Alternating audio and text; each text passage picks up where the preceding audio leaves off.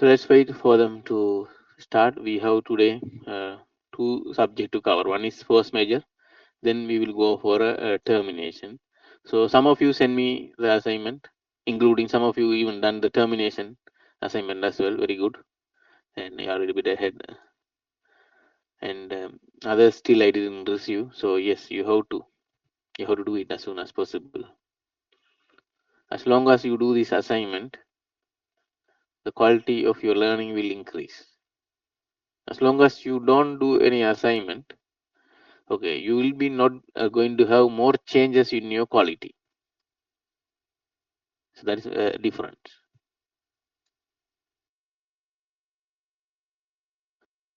And have you all done your FIDIC this hard copy as a hard binding? Better do it because normal printout with the normal binding doesn't help you because you are going to keep this book for a long period. This will be very helpful for you. So do a hard binding, and whatever you marked, it's definitely going to help you.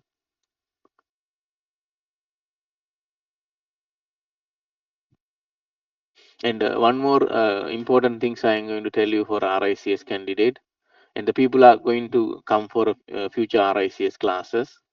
Now, in our AQS, we are covering the adequate knowledge, okay, that really needed for RICS, especially when come to the uh, contract practice, contract administration,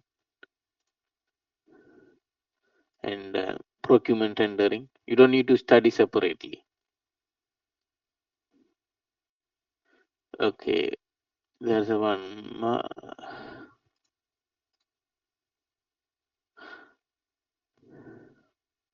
Okay, Aurora, can you change your ID, the one you have got? Okay, rename. Rajiv, you have to change your ID. I told you to change ID.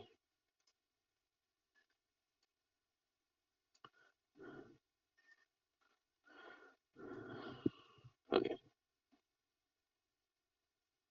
okay, you can take your time. Yes, I understand.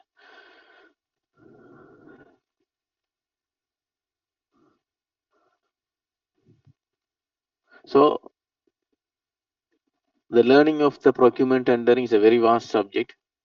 We are going to cover extremely at a high level, including the RICS syllabus. So, you don't need to study this subject in the future. Whatever we are studying, that's more than enough for you to pass that particular subject. Even you can take the case study based on the procurement, and very easy to pass such case study in the final interview. Second, contract practice and contract administration. Okay, now the level we are covering here, you don't need to study separately this subject. You don't need to study the subject. It is enough, more than enough. Do you all understand the theory what we are learning and the question segmental wise what the question we are discussing? This is more than enough. So you don't need to study again. So that means that saves some of your time when you are ready for RICS. If you go through with this practice, okay, one is you can grow in your career perspective, you can grow your professional wise, you can go for a better position or salary scale. And second, when you are starting the RICS, there are six core competency for quantity surveyor. Six core competency. Okay. Out of that, procurement tender and the contract rate is a big competency. So this is covered. So where you have only four competency like a project finance, commercial management. These are very small competency you can cover. And there are two more quantification costing and there's one more. Quantification and costing is a very big one, and construction technology also very big one. So you have to study that particular two competency only. Then you can easily pass the interview. It's not only passing the interview, professional wise, this is a subject you really need it for your career development. Okay, so thank you for your cooperation. Let's start. So first major. Now we will understand what is a force major. Now this picture I put for you to elaborate what is a force major. Okay, so just for elaboration purpose only. Now there are so many events can happen as a force major. So what is a force major? The force major defined in the 1.1.64. Okay, so where it is defined under the clause 19. So all of you will go to the clause 19 and learn what is a force measure. So what is the page number?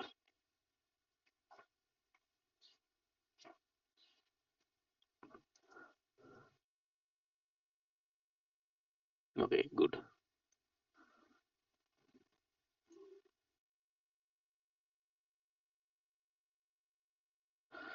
Yes. So all of you go there and mark carefully whatever I am marking here. In this clause, force measure mean exceptional event or circumstance. Exceptional event or circumstance. So you can't go with the force measure as a definition, which is normally happening events. Okay. So which is beyond the party's control. So actually, this event doesn't happen because of one party, or the party can control this event. No, it is not that purpose. Okay. So yes, it is beyond one party's control or both parties' control. There's no way you have a chance to avoid them. Now let's say COVID-19. So many impact in the construction, isn't it? Is there anyone responsible for this issue? What do you think? Can we blame the contractor? Okay, COVID-19 come because of you only. We cannot blame. So same things. So both parties are not able to do anything with that one. Second, so it is defining, okay, how you can say this particular event is a force major. So first you have to check whether some party can control it or not. Second, which such a party could not reasonably have provided against before entering into the contract. What does mean? It says you should not have any expect prediction. Okay, there's no prediction you can have it. So they can't price it. Now, if you are able to predict it, this may be happen. That is a risk, isn't it? So if you identify the risk, you can put the risk premium. But if you can't predict it, can't put any risk premium for that one. As I said, okay, previously now everybody know what is a COVID-19. Sorry, now everybody know COVID-19. But previously when it is impacted, that is a time, okay. Nobody know what is that, isn't it? So therefore, yes, you are not able to price the risk for that one. And which having arisen, such party could not reasonably have avoided or overcome. That means it is not under your control, or which is not substantially attributable to the other party. I mean, nobody responsible for this event. Okay, so force measure may include, but is not limited to.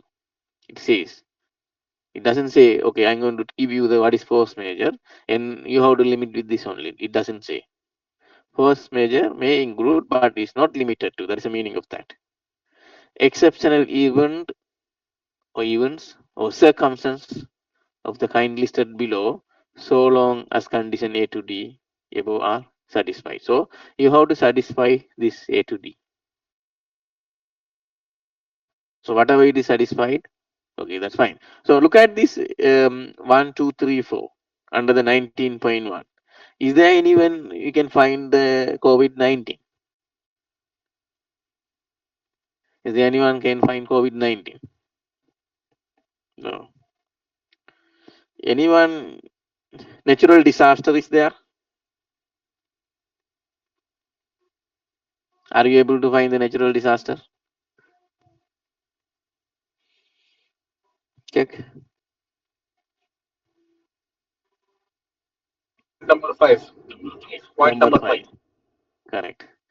It is there.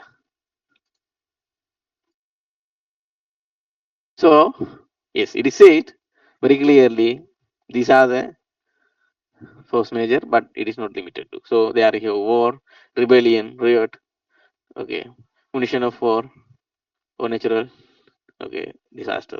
So these things are come under the force major. Now you understood what is a force major. Okay, but again be careful. Some even like a tsunami, when we encounter the tsunami, that time many people don't know what is a tsunami.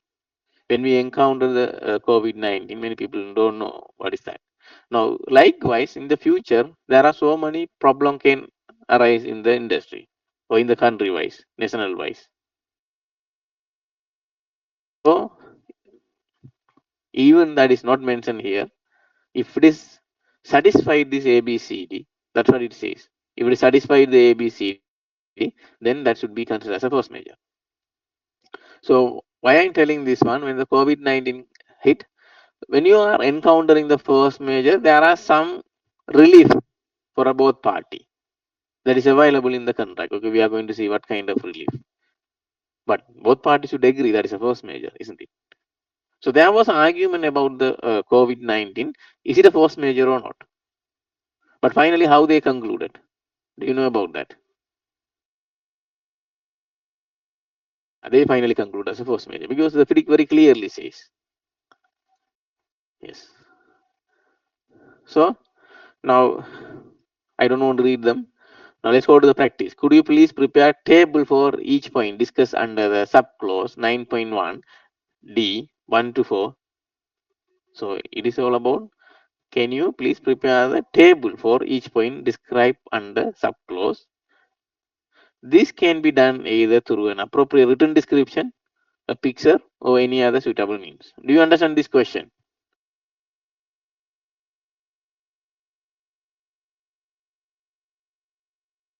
Do you all understood this question? No. Anyone understand this question? So basically, we have to do a table, or we can draw as a picture for the force measure 19.1, point 1 to 4. Yes. So why I am telling this? Okay. Maybe you are not familiar with this wording, right? Okay. You might know, some people know, you know what is a strike mean. But disorder, riot, you don't know. So if you do that exercise, you will become more familiar with this complex wording. Do you understand? You become more familiar. You become more knowledgeable. Is that clear? So doing this exercise make you better. So if you do the picture, let's say there are, we'll go back now, or everybody know. You know what is that? Just simple description is enough. Okay. Hostilities, invasion, act of foreign enemies. Now you must learn something. Maybe many of you don't know what is this meaning of this simple word, isn't it? Yes or no? Yes. So that's what I am saying. It is not a very complicated. If you search it in the Google, you will find the so many information. So you do that one. Now everyone know war, terrorism. These all very familiar words. Okay, but some words you are not familiar. So that's what I'm saying. Okay, you make one table and try to understand everything. You are familiar with that. Okay, now is it clear? So every exercise I am giving here, okay, will work for you. Okay, good.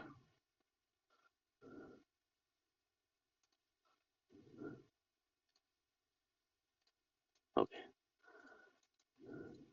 Now 19.2.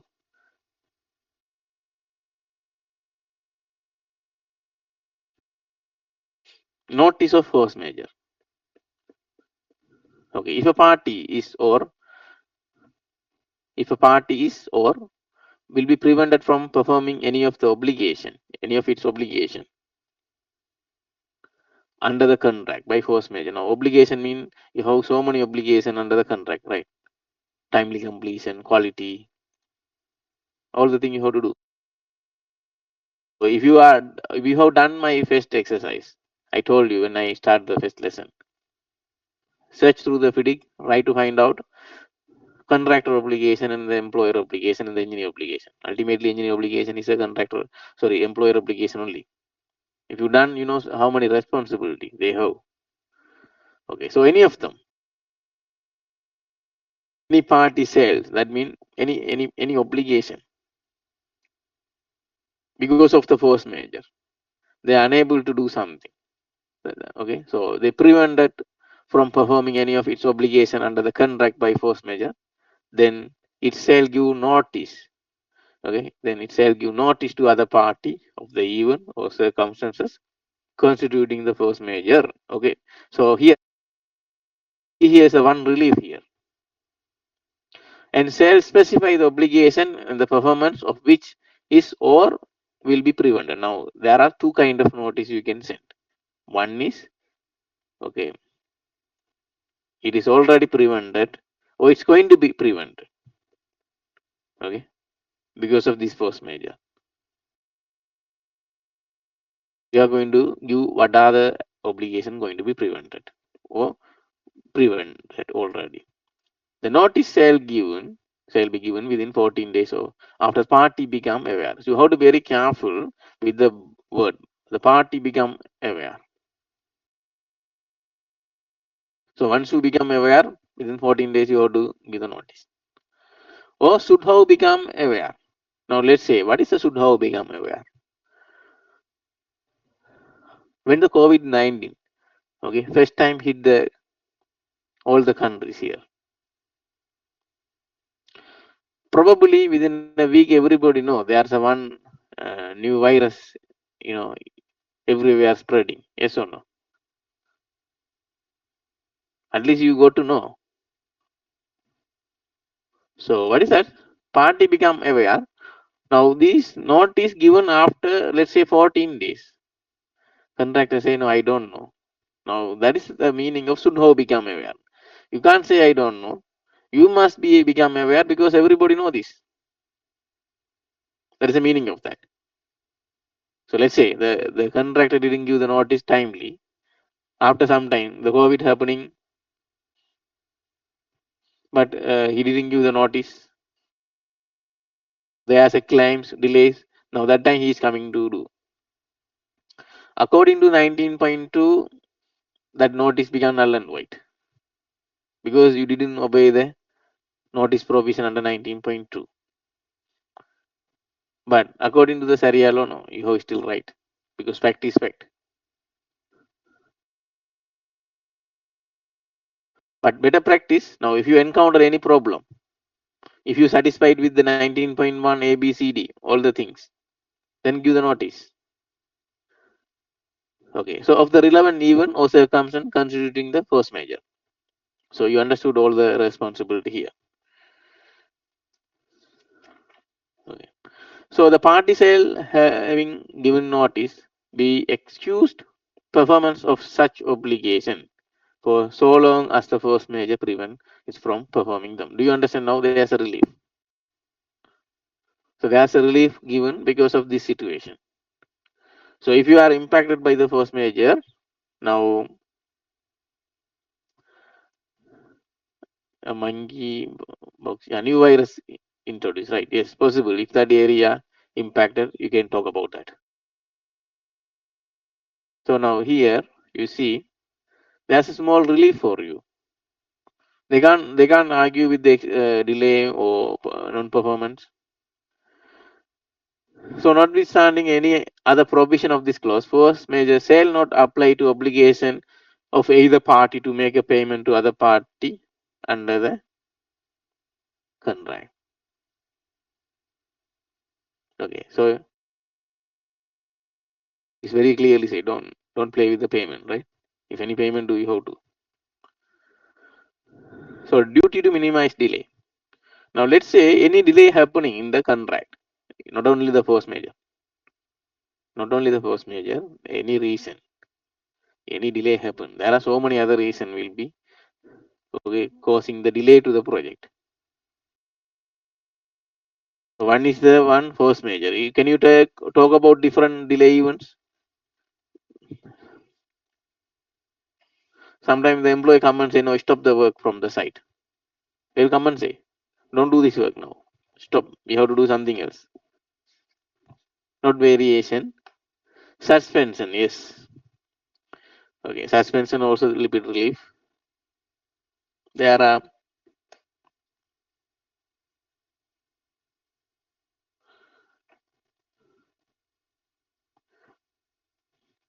there are some other events available. Let's say you found any fossils in the site. Okay.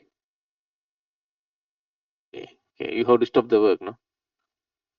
You found any archaeological finding. You have to stop the work and you have to seize the site. Yes. So such event also will have. Now any delay even happen. Okay, you have the obligation to minimize the delay. So each party said at all times use reasonable endeavor to minimize any delays in the performance of the contract as a result of force majeure. A party shall give notice to the other party when it is ceases to be affected by the force majeure. Okay. So yes, it is very clearly says you have to minimize any as much as possible. Okay, you have to minimize any impact. You can't just say okay, force majeure I can't do anything. I'm going. Still, you have the responsibility. Only the responsibility relaxed. Mean some of them you can't do. It's understand. Okay. Now further consequences of force majeure. Now in this subclause, what they are trying to say, now if force majeure happen, what you are going to do? Okay, so if the contractor is prevented from performing any of his obligation under the contract by force majeure, of which notice has been given under subclause 19.2, and suffers delay and incurs cost by the reason of such force majeure, the contractor shall be entitled subject to subclause 20.1 contractor claim. So what is they are going to agree? Okay, they are going to agree AEOT and okay, what is that? Cost. So here now extension of time is clear.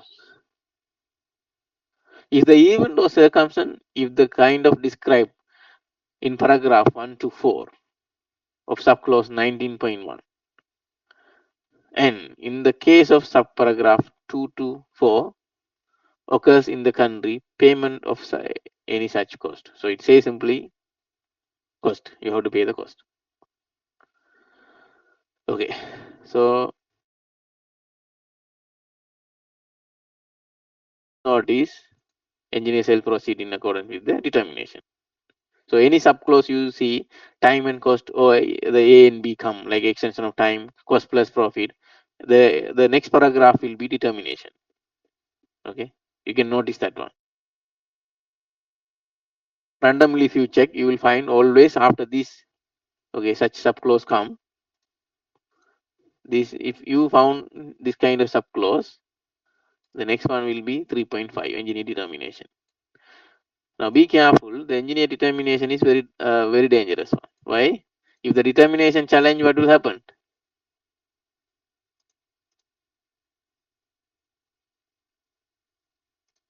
What do you think? Dispute, yes. So you should not do that one. Yes. So what I am trying to say here, note it down. Okay, it's not in the theory.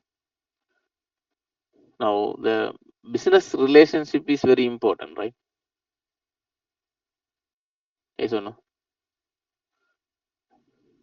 It's very important. The thing is, the force majeure happened because of not because of employer fault, not because of the contractor fault.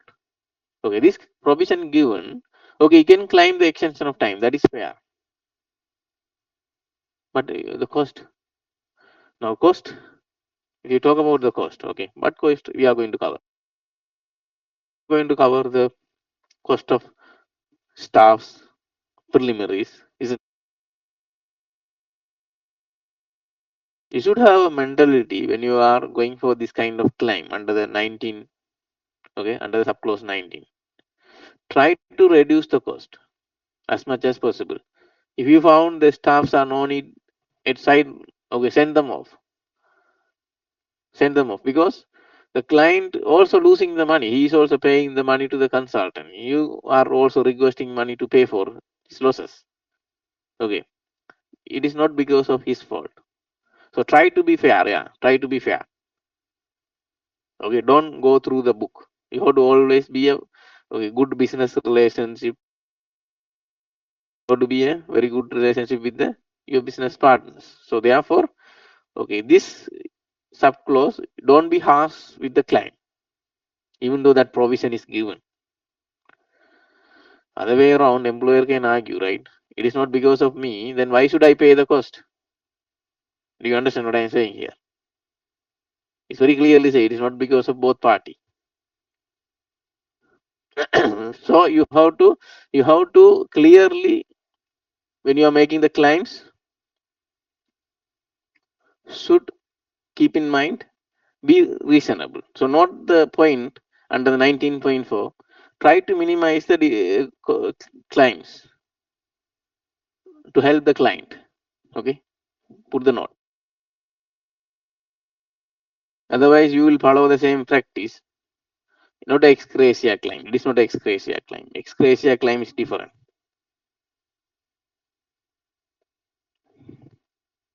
Uh, are you, in other words, trying to say that a contractor and the employer shall share the losses in case of force majeure?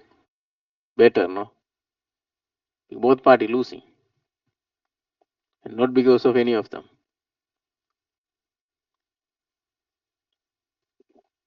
So therefore, yes. Yeah, Mr. Munas, this B section, in the event of circumstance, is the kind of described in subparagraphs 1 to 4 and then 2 to 4. What is the difference? Can you please explain? I am not understanding this. Okay, there's nothing rocket science within that. They are in simple. They are saying, okay, go for a cost. Anything you happened with this one. Okay, so it's all about the cost. So what you are going to claim under the cost? You are going to claim the prolongation cost. So prolongation cost, what you people know, right? What are the things you are going to claim? Mostly the preliminaries. Then covering up cost. Okay, maybe mobilization, demobilization charges.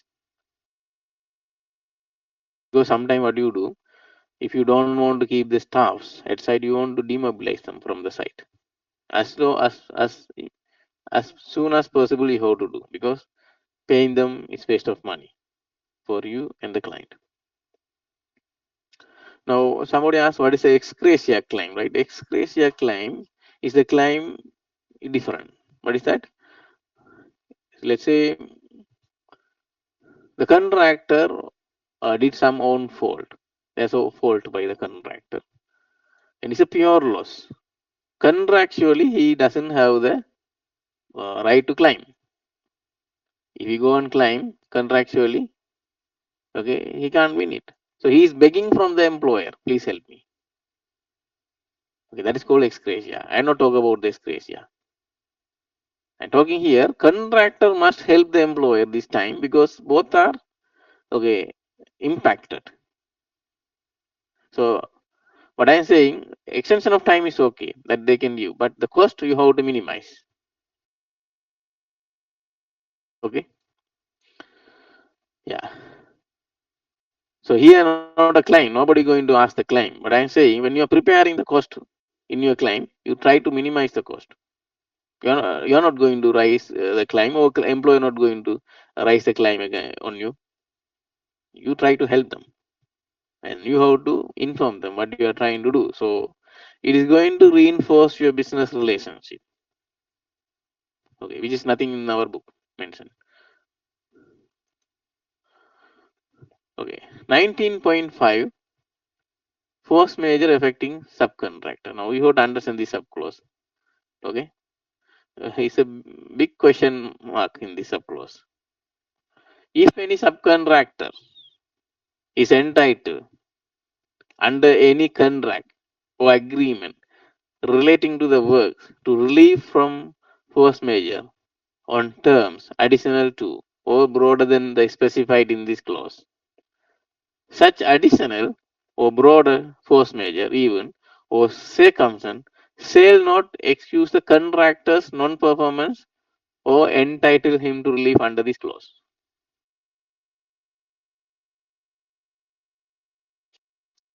Okay. One of the missed subclause this is. Do you understand? One of the missed subclause in the FIDIC I've seen. So it doesn't very clearly define what it is trying to tell. It says, okay, any force major event happen, okay, okay, it shall not excuse the contractor non-performance. So already we know that is having the excuse, isn't it? Already we know that is there are some excuse because of the force major. Or entitle him to relief under this clause. Okay, so there's a contradiction. So what you do, put the question mark on this 19.5. Do you understand what I'm saying? Question mark on 19.5. This is the subclause I found, which is useless for me. Have you marked? So whenever you do your contract, make sure you don't have this kind of contradiction. What I understood from this clause that it does not protect the subcontractor. Anyhow, it's not going to work such a manner, isn't it? Yeah, obviously, yes, I agree. Yes. Logically, yes. Contractor relief, definitely, obviously, subcontractor also coming under the contractor, isn't it? There's no relationship with the main contractor, sorry, subcontractor and the employer. And the subcontractors are employee of the main contractor. So therefore, this subclause not going to help us. So put the question mark. Is a kind of ambiguity. What I understand from this clause is if I have agreement with the subcontractor and that agreement define the force majeure other than these 5 items, and one of them happen like item number 6 or 7, and item 6 and 7 happen, that subcontractor for sure it's force majeure for him according to my contract as a contractor with him, and he will stop because of force majeure as he is entitled to claim. That will not relieve me as a contractor in front of the employer to stop performing for due to these 2 items, even though I agreed with the subcontractor. I have to substitute it by somehow, but this is not happen practically. Yeah, that is not correct. If one party's fact is fact, then other party also having the same fact. And if it is a 19.1, okay, A to D is satisfied with the even and it is declared or understood as a force major, then every parties in the contract, okay, has a relief. Okay, so let's go to the 14.2. What is the page number?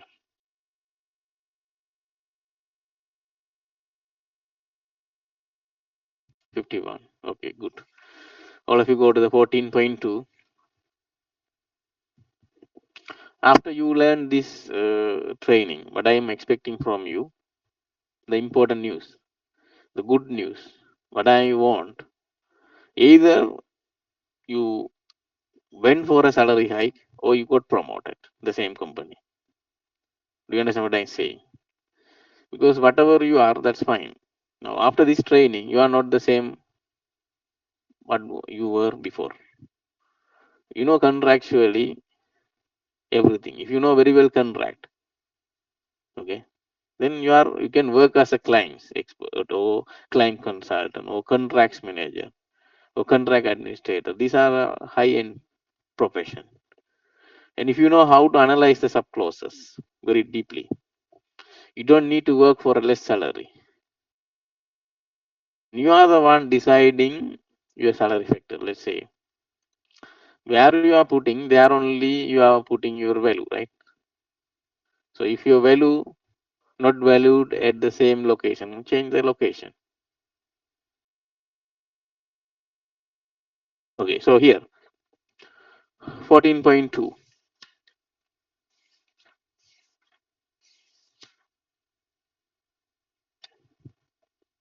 We'll see only the part of the subclause. Okay, if the advance payment has not been repaid prior to the issue of taking over certificate for the works or prior to termination under subclause 15, termination by the employer, or clause 16, suspension and termination by the contractor, or clause post 19, force majeure. Now you see that force majeure.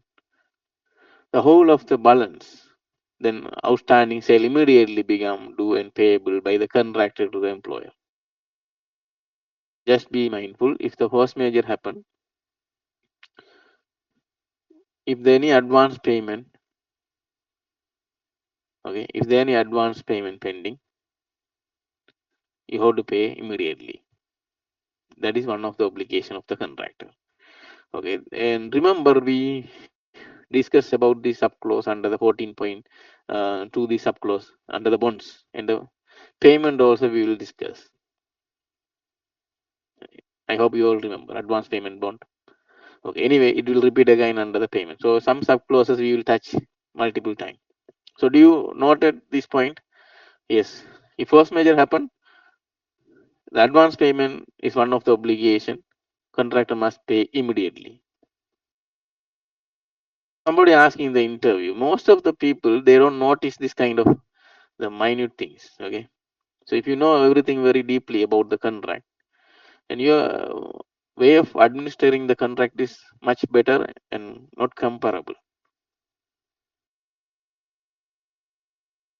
Okay, good. Optional termination, payment and release, 19.6. Again, regarding the payment, we will discuss again.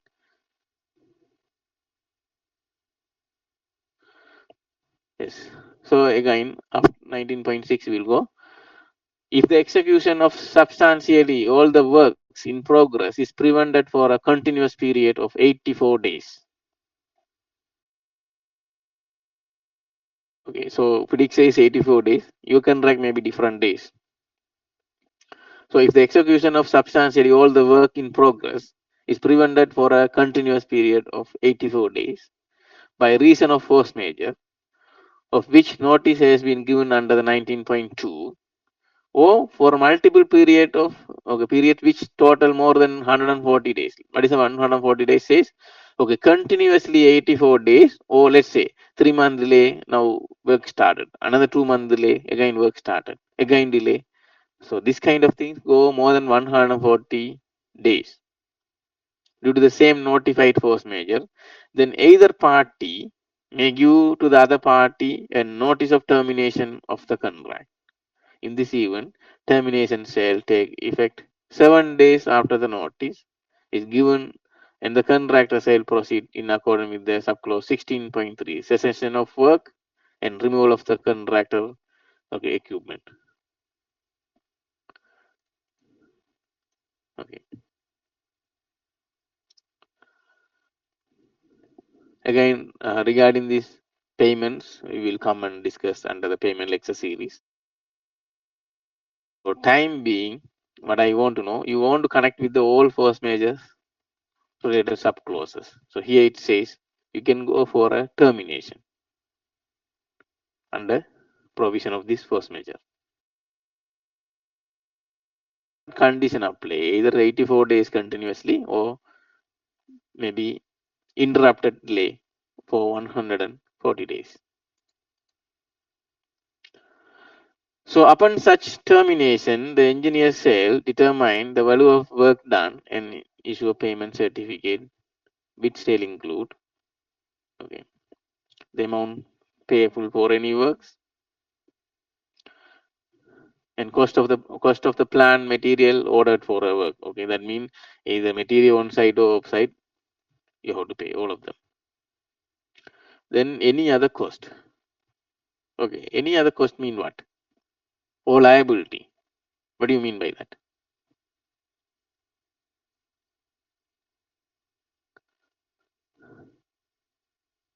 What do you mean by?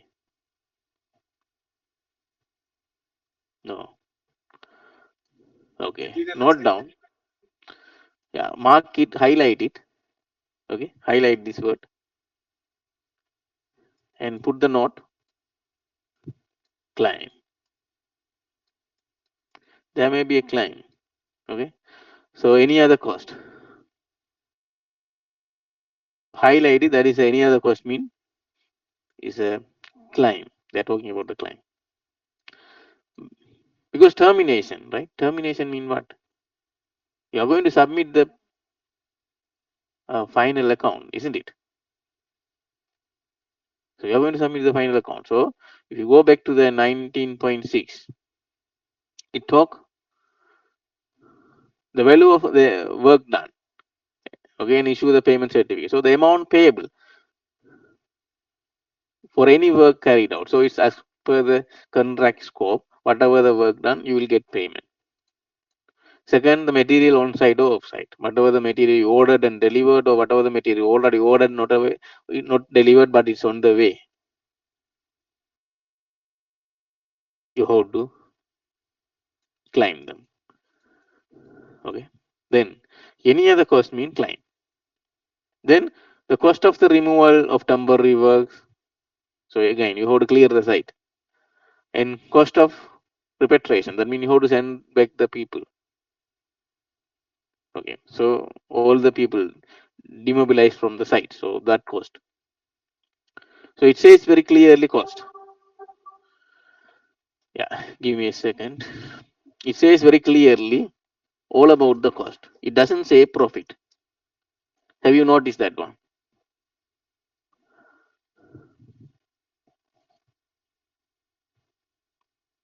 Have you noticed?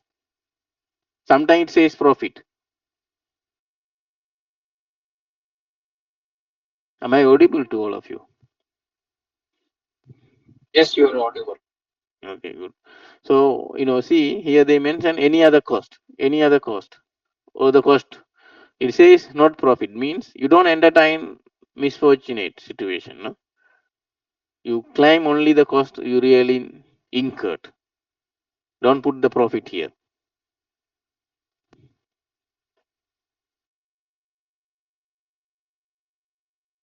Okay.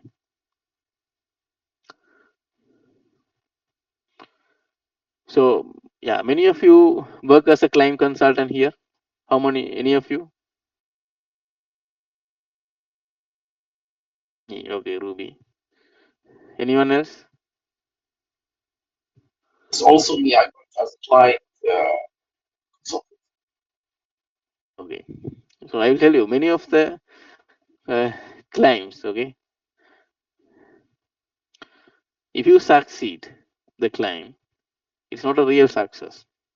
Sometimes you lose that client. I remember some of the claims I did.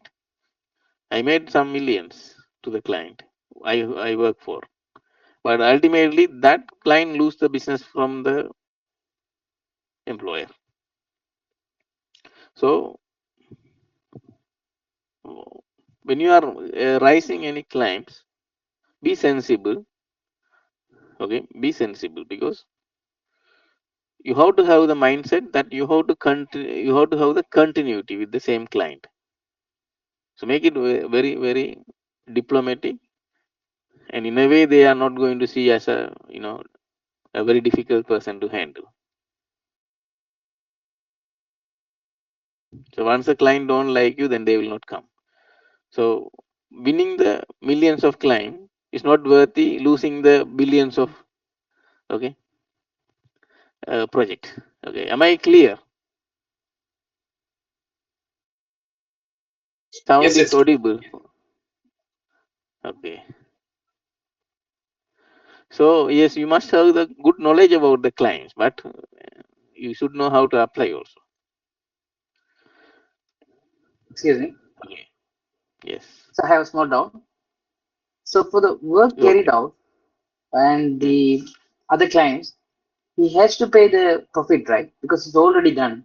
The work already as per the contract price. So it is included already the profit. But what it says, Okay. others are cost. Even the material on site, off site is whatever your cost, you can claim it.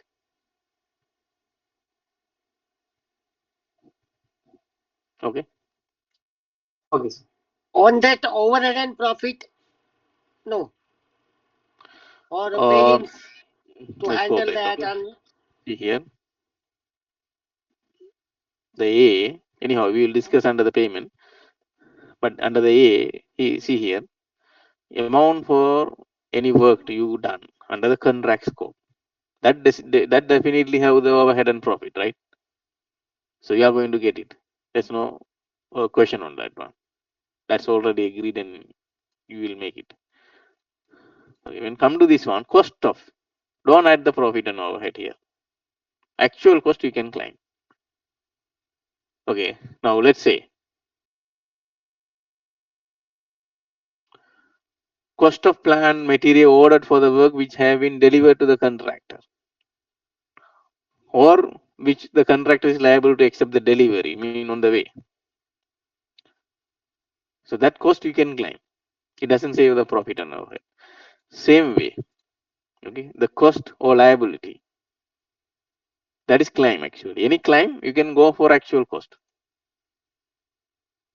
Now, for example, let's say some of the prelims item also you already cover. Don't double claim it. Why I'm telling that, let's say ordering the plant and materials, there is a procurement team, isn't it? If you don't cover the cost under the A or under the prelims items in your contract, then definitely you have to claim that cost also, because those people work for to get this material done and you have to pay them. So that kind of cost. Similarly, any other cost that you incurred, you can claim them, not a profit. Okay, is it clear?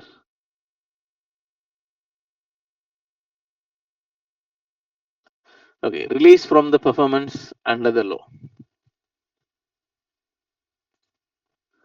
notwithstanding any other provision of this clause. If any event or circumstance outside the control of the parties, including but not limited to force majeure, arises which make it impossible or unlawful for either or both party to fulfill its or their contractual obligation, or which under the law governing the contract entitle the parties to be released from further performance of the contract. Then, upon notice by either party to the other party of such event, okay, or circumstance. So, A, the parties shall be discharged from further performance without prejudice to the rights of either party in respect of any previous breach of the contract, and the sum payable by the employer to the contractor shall be the same as would have been payable under subclause 19.6, optional termination payment and release, if the contract had been terminated under the subclause 19.6. Okay, so it's very clear. If anything happened because of the force majeure, there's no such obligation. Okay, that's going to force you to continue. Okay, so next one, we'll go to the payment after termination. Now, payment after termination. Now, payment after termination by the contractor, we can divide into two categories, or payment after termination by the employer. You know what are the circumstances the contractor terminating? You know what are the circumstances the employer will terminate? Okay, so payment after termination by the contractor.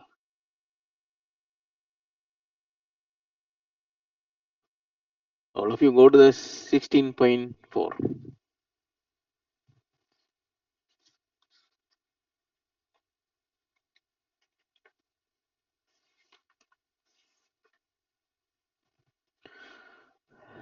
Okay, page number.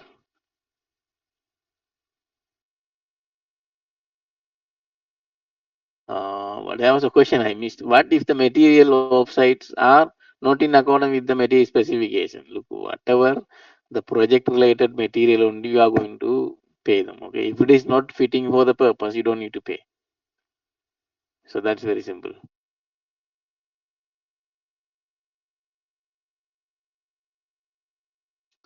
Okay, so let's understand this subclause 16.4, payment on termination.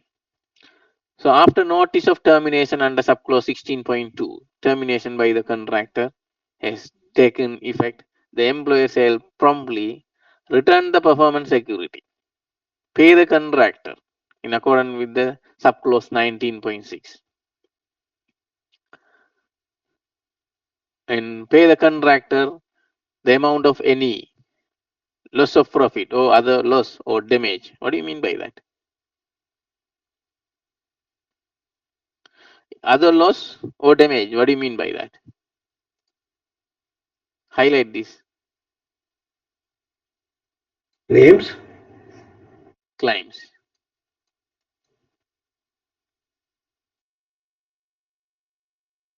Okay.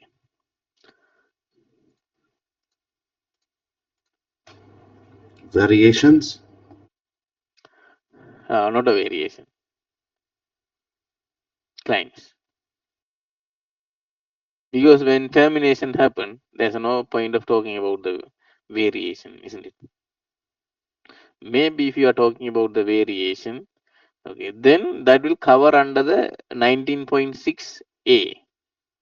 So if you are doing any scope of work under the contract, definitely that is part of the variation also under the 19.6a. Do you understand? So this cover everything. That's what you see. It doesn't give more information.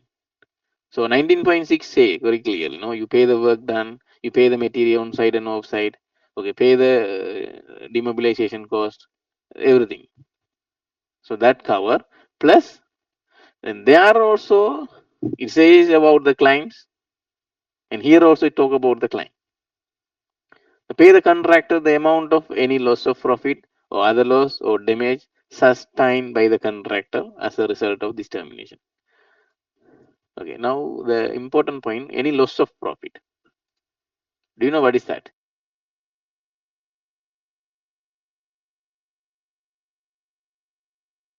What do you mean by loss of LD? profit? LD? No. LD is a liquidated damage, Oh. What do you mean by loss of profit? Loss of profit in the sense the contract scope is de-scoped. Then at the time the contractor lost the profit. So the contractor eligible to claim the loss of profit. Correct. Yes, such a things. Yeah, it's Okay, the so amount of that the contractor planned to gain as a profit if that work could be done. yeah. So you see, the 16.2 mostly about the one reason. What is that reason we discussed? I told you. I give you the keyword. If you all read that one, it's very clearly say about one thing. What is that? Anyone remember that I said? Mostly that keyword only having the whole reason. Payment. Payment is exactly. It is connected with the money only. Simple. Okay, so you didn't pay. That's the reason. So payment after termination by the employer. Okay, all of you go to the 15.3.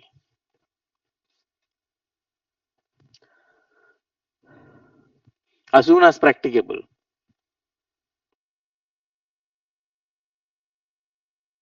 Page number 48. As soon as practicable. After a notice of termination under subclause 15.2, termination by employer. The engineer says proceed in accordance with subclause 3.5, determination to agree or determine the value of the work. Okay, that means the work done as per the contract. And goods and the contractor documents. Now you know what is the meaning of the goods, right? Is it a material? What do you mean by goods? Plant and material. You have to go and read that goods. Okay, what is the subclause number? All of you, what is the subclause number for the goods? You should read it.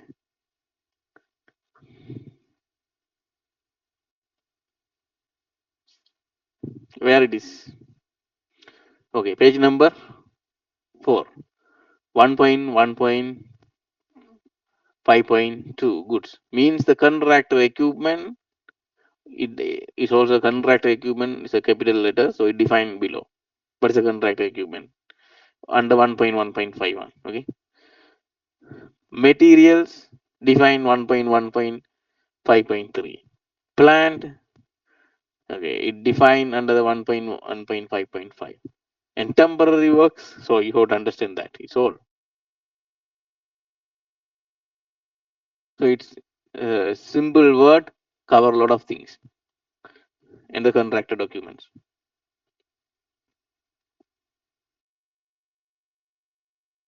And any other sums due. What do you mean by this?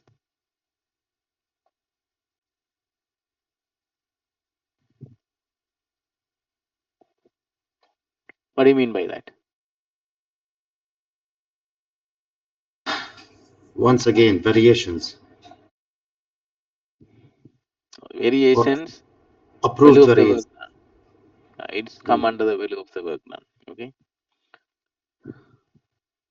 You don't do variation without any instruction. So it's part of the contract. It's a any other sums due to the contractor. What is that? Claims. Okay. So note down. Okay. That means this could be a any claims. Okay. This could be any claims or loss of profit. So any claims or loss of profit. Just highlight it and note it down. Okay.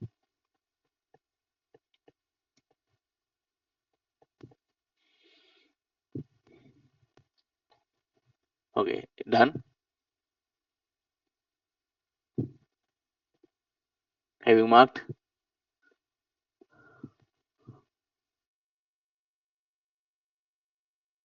Any claims or loss of profits.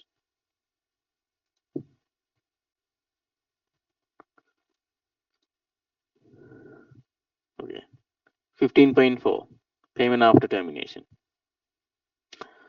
After a notice of termination under subclause 15.2, termination by the employer has taken effect, the employer may proceed in accordance with the subclause 2.5 employer claim. So there is an employer claim. Withhold, remember, this withhold further payment to the contractor until the cost of the execution, completion, and remedying any defect, damages for delay in completion, if any, and all other costs incurred by the employer have been established. Okay, and or now here that provision is given. Withhold further payment to the contractor until the cost of the execution. Now there are previously one subclause. Okay, you will find there are also they will say you can hold the payment, but not all the payment. Only that payment you need to keep it to rectify the damages. Okay, say let's say value of the work. Let's say you are having the interim payment certificate value around 5 million. Let's say okay, out of 5 million, say 500,000 work which is default, not as per the contract. So in that particular scenario, this FIDIC says you hold the payment only that particular amount. You have to release balance. It doesn't say to hold all the amount, but this subclause say withhold further payment. That means all the payment thereafter until the contractor right remedy these issues. So he is remedying any defect or any damage and all other costs incurred by the employer. So it's going to be what? All other costs incurred by the employer mean what? Employee claims. Employees. Yes. employee claim. Note down. Okay, it's a employee claim. So why employer doing termination under the 15.2? Because of contractor did something wrong. Okay, that's the reason. So any other cost, that is a claim. Okay, have you marked? Many people will get confused. What is a all other cost incurred mean? So if you marked, okay, whenever you read this book again, you don't get confused. Okay, 15.4c. Continuing, recover from the contractor any losses or damage incurred by the employer and any extra cost of completing the works after allowing for any sum due to the contract under subclause 15.3 valuation at date of termination. So what is that? Now when the contractor firing the when the employer firing the contractor, he need to bring the another contractor to the work, isn't it? So he need to keep some amount. So after recovering any such losses, damages, an extra cost, the employer shall pay any balance to the contractor. Now look, there are sequence. If you can see 15.4 had a sequence. You have to understand very carefully here. The first one, it talk about the employer claim. Okay, so employer claim. Second one, he is telling, okay, I'm going to stop the payment.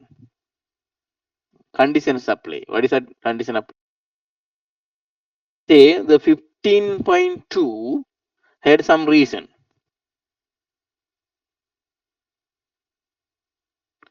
Let's say abandon the works. If you go to the 15.2b, abandon the work, or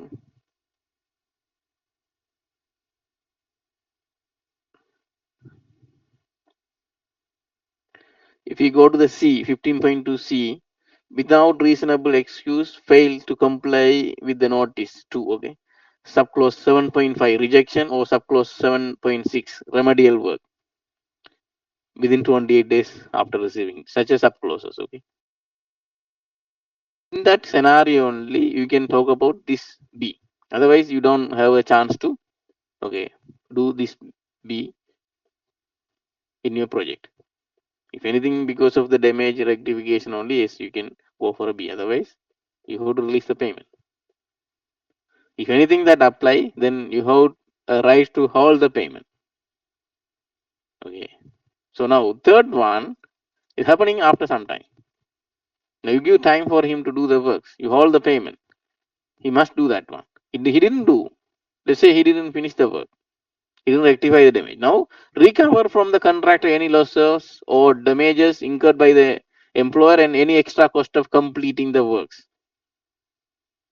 after allowing for any sum due to the contractor. So you are going to, okay, take some money from the contractor to do the work by other person. Okay, so after recovering all such losses, then you have to pay all the amount to the contractor. So do you understand now? So there's an interval between the B and C. The recovery will be from the performance bond. No, don't talk about the performance bond. He might do any contractual work. Maybe if that already enough to cover all the losses, then you have to pay the balance. That's why I say employers will pay any balance to the contractor. But your question will be applied. Let's say any balance not enough to recover the losses, then you have to touch the performance bond. Okay, understood. Okay, so just mark it. There are gap between the B and C, time interval. It doesn't happen immediately. Okay, you have to give some time to for the contractor to rectify those damages. Okay, clear?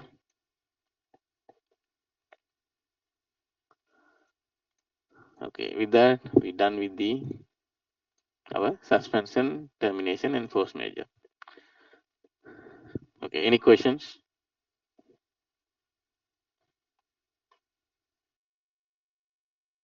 In regards to clause number 19.2, for the given notice from each party, the 14 days, what would be an ideal scenario as an employer to give a notice? Like, what would be a good example?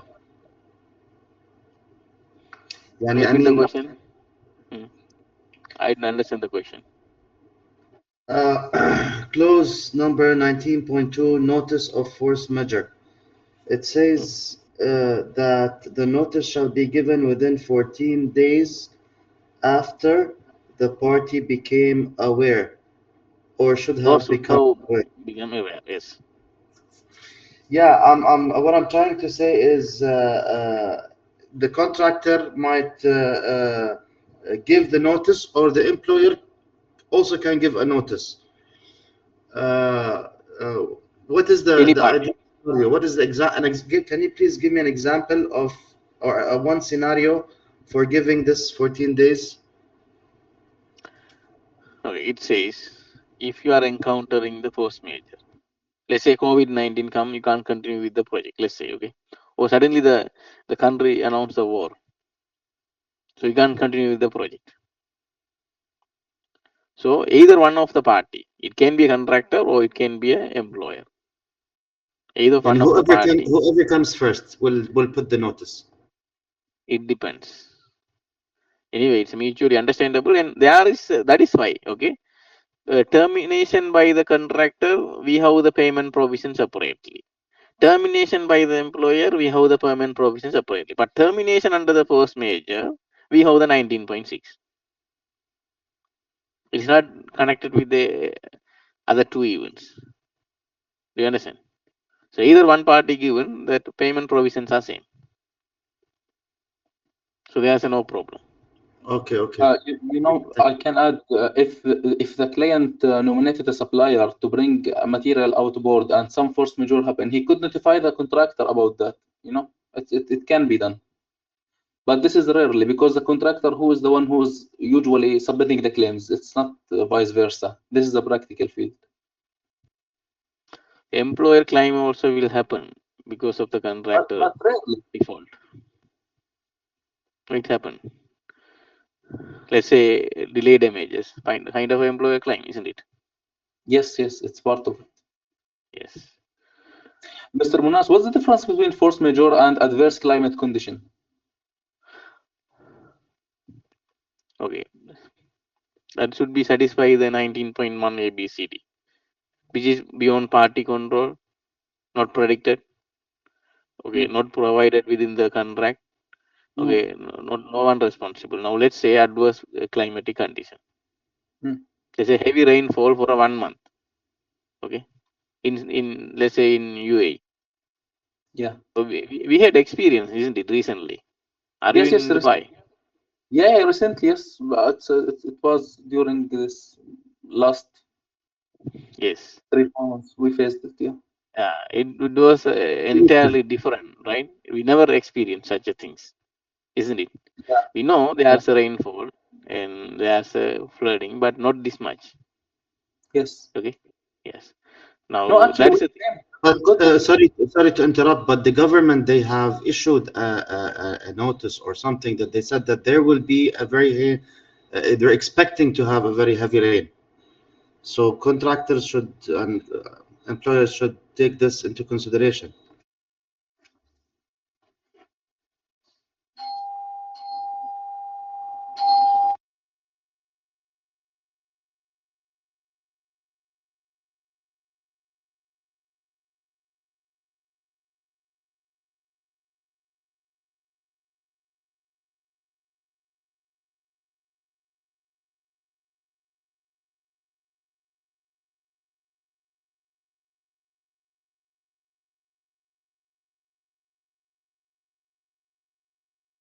Sorry. Now I am audible, right? Okay. I will repeat what I said. Okay. So that you're talking about the uh,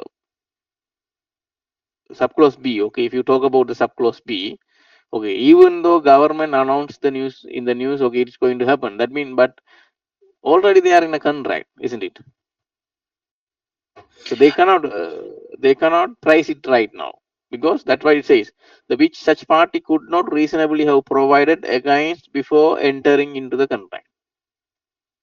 So that means they have entitlement. That event also testified. It never happened recently. They have said many years ago. So such event you can yes call as a force major because conditions Sir, are satisfied. So why Civic in subclause 8.4 C, they are 8 saying this 8.4, the extension of time. They are saying exceptionally adverse climate condition. They can easily put the force majeure, correct?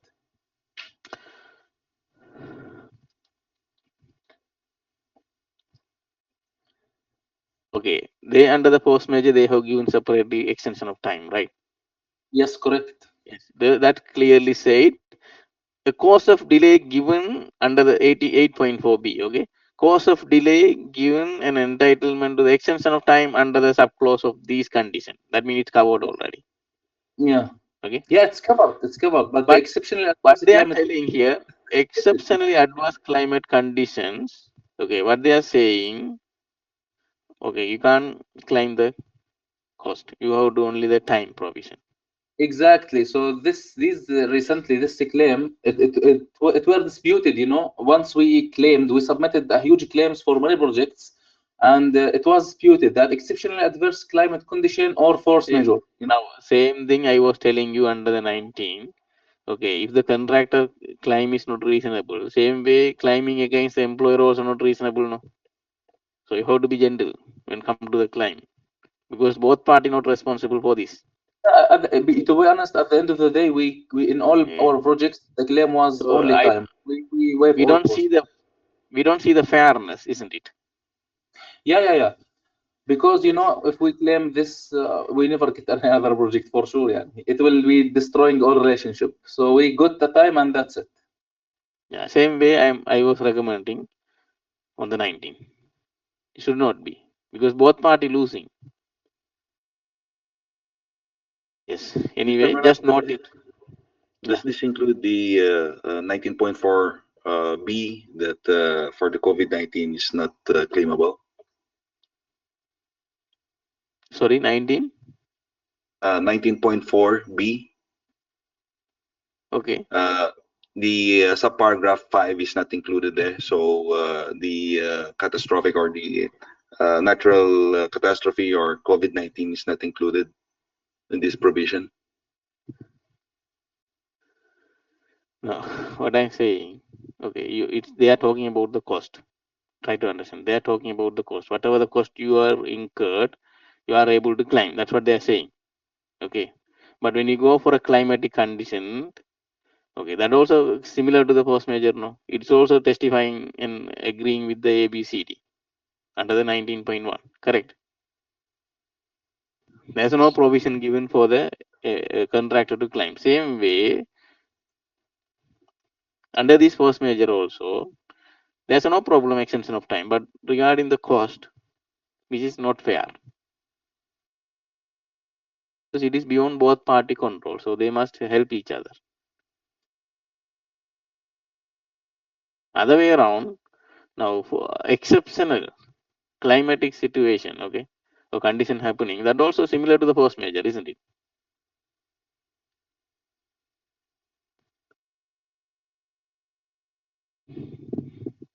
Do you understand or not? Yeah, yes, yes, yes. What FIDIC is says, okay, let's understand the way it says, but as a real practitioner, okay, it's kind of a contradiction, unarguable, and I feel not fair. Okay, so we done with this today, and we will continue with the upcoming lecture. Any other questions you want to ask? You can ask. Otherwise, we will wind up. Sir, this insurance, how going to play this force majeure? It will be for example, you explained about this umbrella this umbrella coverage for airport project or some huge project. So this force majeure will cover the insurance all, or how it will be? Okay, under the subclause 18, isn't it? We discussed. Yes or no? So what is the answer for Yeah, this question? discuss. Now already you people learned the insurance. So tell me what is the answer for this question?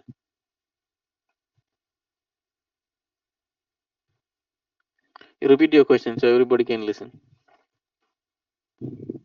Yeah, this under umbrella coverage. It's how this force majeure claim, how it will cover all losses or partial, how it will be. Okay. Anyone who can answer him? It depends on your policy with the insurance company. Dependent on But, the but usually, insurance yes, terms and policies. yeah. But usually it will cover. It will cover up to maximum limit. Yes. Depending on the policy, it will cover up to the certain limit they have given. After that, they can't go because look, insurance company also doing a business, isn't it? Yes or no? They do a business, and this employer risk, what they are telling here, they employer risk. So most of the insurance, okay, they are very careful about that. Now let's say first major war, okay, any insurance companies pays such a huge amount, think practically. So they mostly they will exclude from the policy. If they covered, there's a limitation. Otherwise, they will go bankruptcy, isn't it?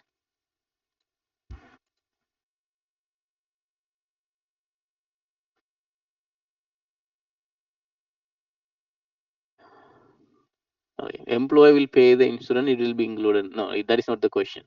The insurance, whatever, it will be included under prelim bill, but contractor will claim through the prelim bill. His question is whether the force major covered under the insurance or not. Okay, so that answer is correct. Okay, you understood? Yes, thank You you, understand? thank you. And let's say when I was in the airport project, sometimes the airport getting the water damage, right? Train falls in the middle of the airport. This kind of things happen, isn't it? So one time it happened, the water damage. So many cameras was damaged in the airport. So instead of raising the claims for repair and maintenance works or replacing the cameras, okay, what we did, we claimed from the insurance company because they it's covered under the insurance. So some of the claim you don't go to the client, you can do it through the insurance, but you have to check your policy.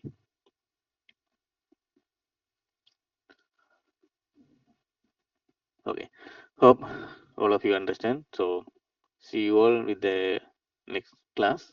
And one more thing, I think Sunday we have the principle of measurement. Hope all of you remember, right? Coming Sunday. So yeah, this Sunday is this Sunday on 15th. 15th we'll have